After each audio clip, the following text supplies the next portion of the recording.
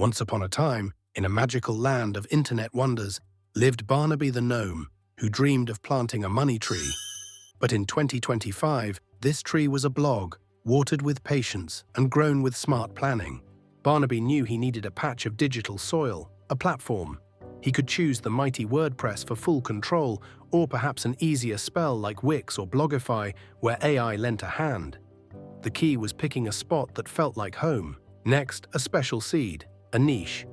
Not just any seed, but one he loved that wasn't buried in a crowded field of cat videos. Competitive hamster eating, enchanted mushroom recipes. It had to be something unique. To make his blog sprout, Barnaby learned to craft helpful, fun content. No boring Monday rants allowed. He needed SEO spells and social media charms to draw visitors, like a sweet nectar for his money tree. Monetization began to bloom. Affiliate links were like little golden apples, ads shimmered like fireflies, and selling gnome-made goods added sparkle. Barnaby realized his blog was becoming a mini empire, juggling income streams like juggling magical beans. AI tools became his helpful sprites, suggesting ideas and optimizing his site. He used various channels, YouTube spells, podcast potions, social media scrolls, to gather readers far and wide. Building a community meant readers chatting back, not just lurking in the digital shadows. Barnaby learned that putting all his eggs in one basket was unwise. He mixed affiliate links, ads, sponsored posts, digital guides, and even service offerings. Each was a different fruit on his money tree, ensuring a diverse harvest. But even a wise gnome makes mistakes.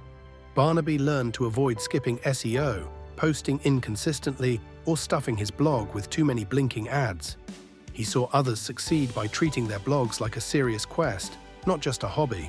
Tools like Google Docs, Grammarly, and Canva were his magic kit for crafting content and visuals.